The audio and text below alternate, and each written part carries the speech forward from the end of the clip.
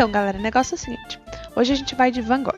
A primeira coisa, a gente vai fazer um esboço básico da Noite Estrelada e depois, com o lápis, a gente vai começar a colorir. Nesse caso aqui, a colorização não vai ser daquele jeito tradicional que a gente está acostumado. Vocês estão vendo aí que eu estou fazendo os risquinhos, né? Então, a ideia é ir riscando mesmo para ficar partes mais escuras e partes mais claras. E depois a gente vai sobrepondo as cores. Eu comecei a vinha que tem aí no cantinho com o preto, né? Depois de ter feito o desenho base. E aí nesses espaços em branco, que vai ser onde vai ter a luminosidade, depois a gente vai vir com um marrom por cima. Tá? A ideia é que os lápis se misturem, se sobreponham as cores, para que ele fique mais parecido com as manchas de tinta que acontecem no pós-impressionismo do Van Gogh. Aí na SEB verde a gente está fazendo mais ou menos o mesmo esquema, né? Sempre lembrando de apagar o traço de baixo, para não ficar o lápis aparecendo, porque vocês sabem que depois que passa o lápis de cor, o lápis de escrever não some mais. E aí a gente vai começar. Nessas linhas, aí a gente vai seguindo a pincelada do Van Gogh. Nós vamos trabalhando sempre com cores uma por cima da outra. Vocês viram que eu usei azul, usei amarelo, agora eu estou usando um pouco de azul mais escuro, roxo.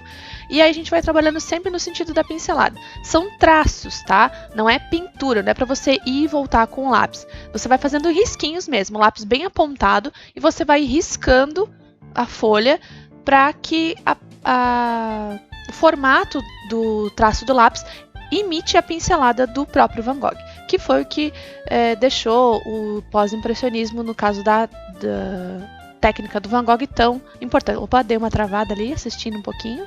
Calma, voltou. Opa, voltou, vamos lá. Então, vai com calma, vai fazendo devagar, pintando bem tranquilo, porque demora um pouquinho, tá? Não fiquem ansiosos tentando terminar rápido, porque demorou bastante. O meu aí, acho que eu levei umas 2 a 3 horas pra pintar, principalmente quando eu travava assistindo alguma coisa. Então, coloca o fone de ouvido, vai fazendo bem tranquilo. Se você quiser usar o quadro de referências, vão ver que algumas vezes eu vou pegar o celular para ver o quadro de referência do Van Gogh, que é o lugar das cores. Você não precisa utilizar necessariamente as mesmas cores do quadro, você pode fugir um pouquinho. Vocês vão ver, por exemplo, que em alguns momentos eu fugi das cores do quadro, tá?